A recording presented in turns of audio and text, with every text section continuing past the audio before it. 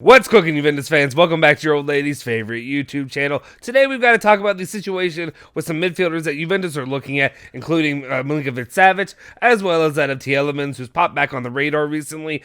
But the thing is, Juventus are going to have to go against some of the bigger names in the Premier League. Obviously, Manchester United, and then Arsenal, I guess. Anyway, stick with us. We'll fill you in.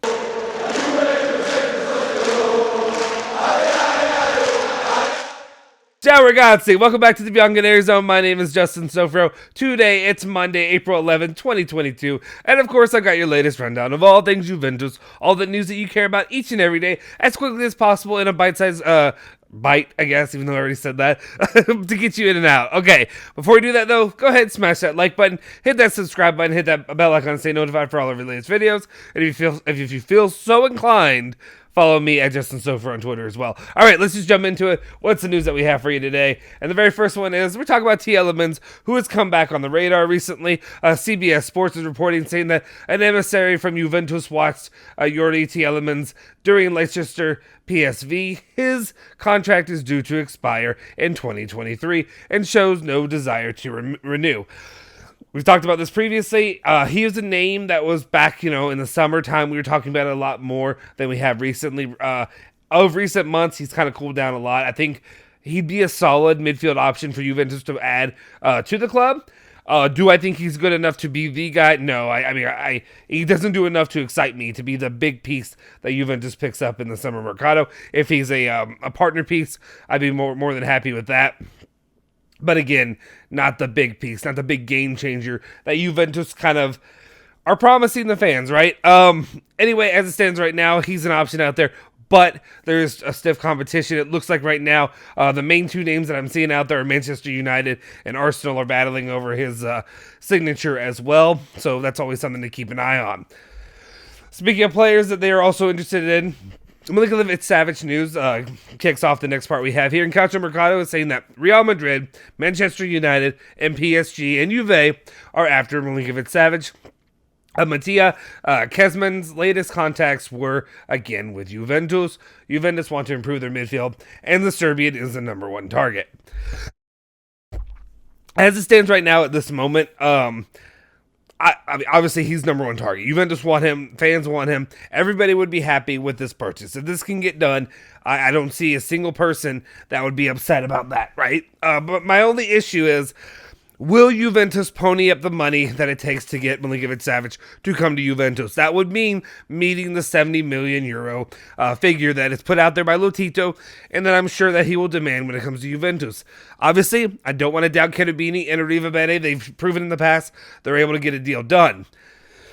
But when you have the likes of Real Madrid, Manchester United, and PSG all out there, and you know Manchester United and PSG for sure, they can afford to pay that kind of money. If they want the player, they can afford him. And also, it seems that Lotito would rather see him go to an outside league rather than stay in Italy, in the city, to compete directly against his former club.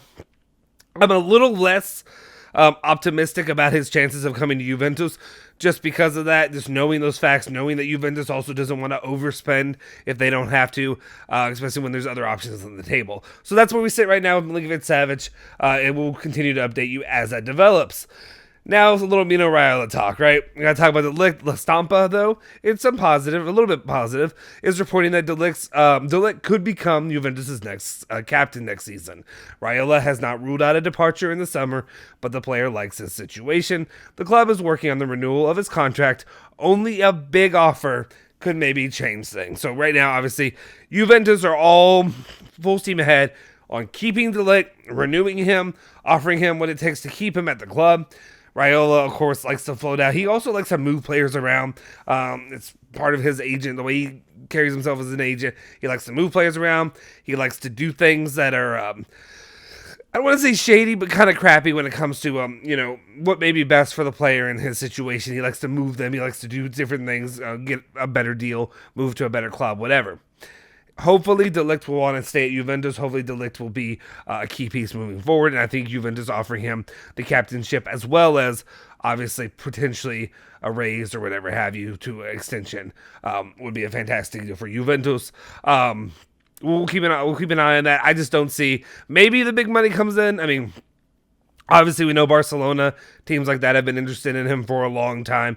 Will they actually pony up for it? We'll see. But as it stands right now, De Ligt is a Juventus player, and to me, he is the heir to Chiellini.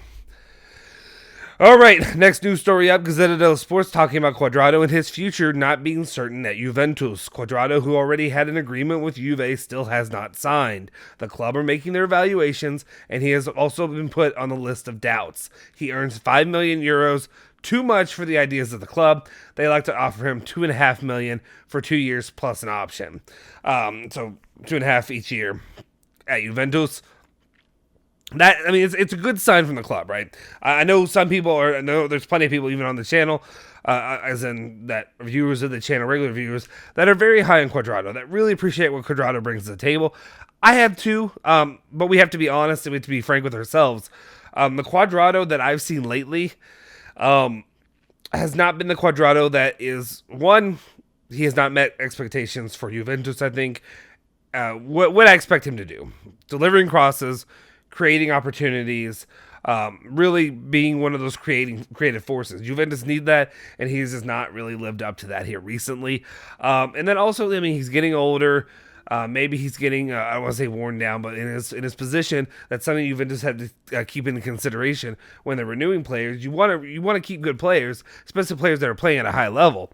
But there's no reason to keep players and pay them more money when they're not really living up to what you wanted already. So like, if he's not doing this, what I want to say, I don't want to be too heavy-handed with this and say what good is he, but because you want to have maybe a little bit of that, you want to make sure you have the loyalty to those players that are loyal to your club.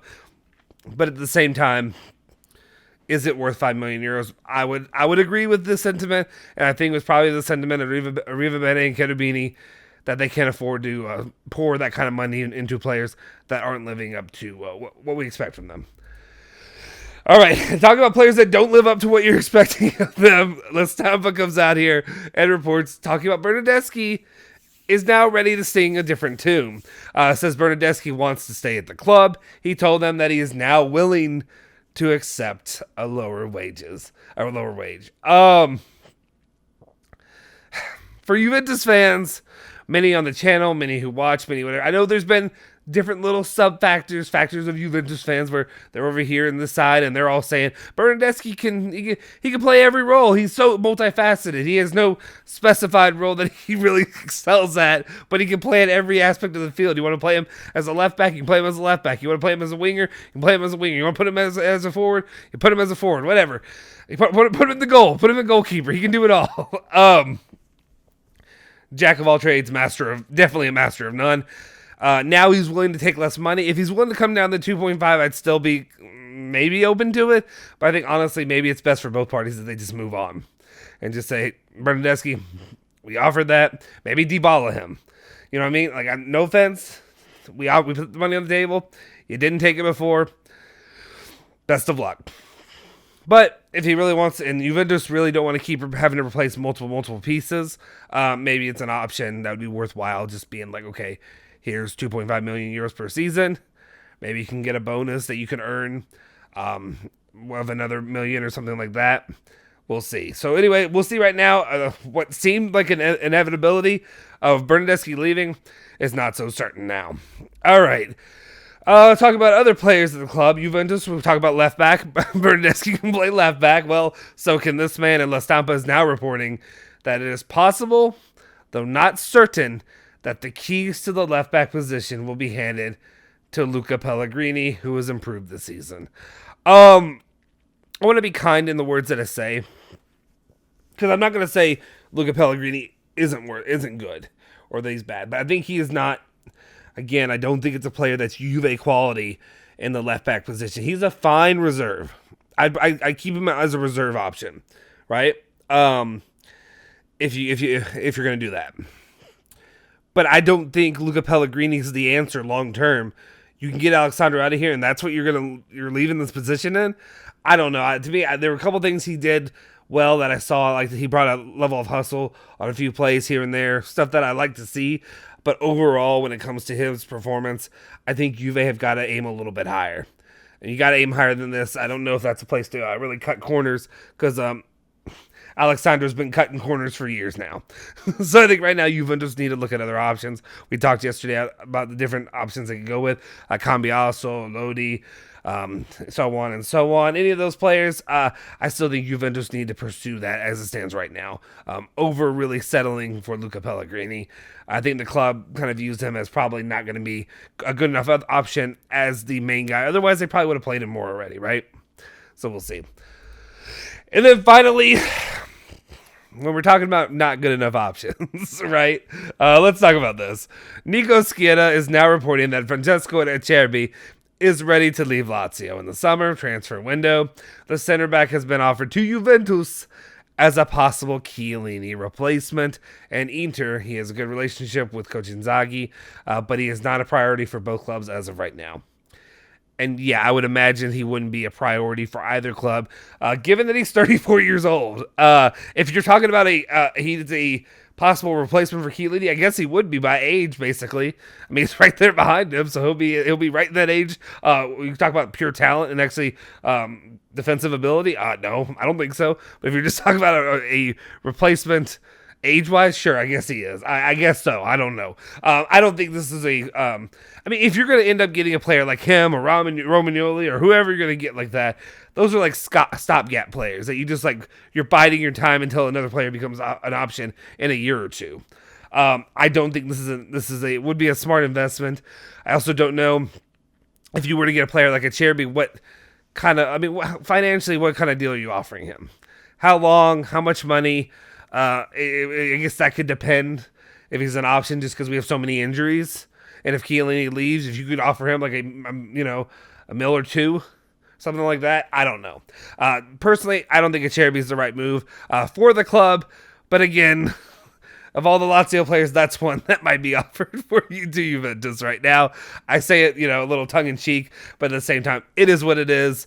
We'll see. Let me know what you think about Acerbi, though. Do you think he'd be a good option for Juventus to look at moving on into the, not to the future, but to, I guess, hold off as a placekeeper until you get another guy? Let me know in the comment section down below all the topics we talked about today. That's about it. That'll do it for the news for today's show. Make sure you tune in later today. We'll have a live. I'm pretty sure we'll have a live covering all the different news of the weekend and everything that's going along with that as well. Julian, Alejandro, people like that are always tuning in with those. If you haven't already, please hit that like button, smash that subscribe button, hit that bell icon to stay notified for all of our latest videos. Like I said, follow Bianconeri Zone also at Bianconeri Zone on Twitter, Instagram, Facebook, and follow me at Justin Sofro on Twitter as well. I'll see you guys next time. Forza Juve, Forza Bianconeri.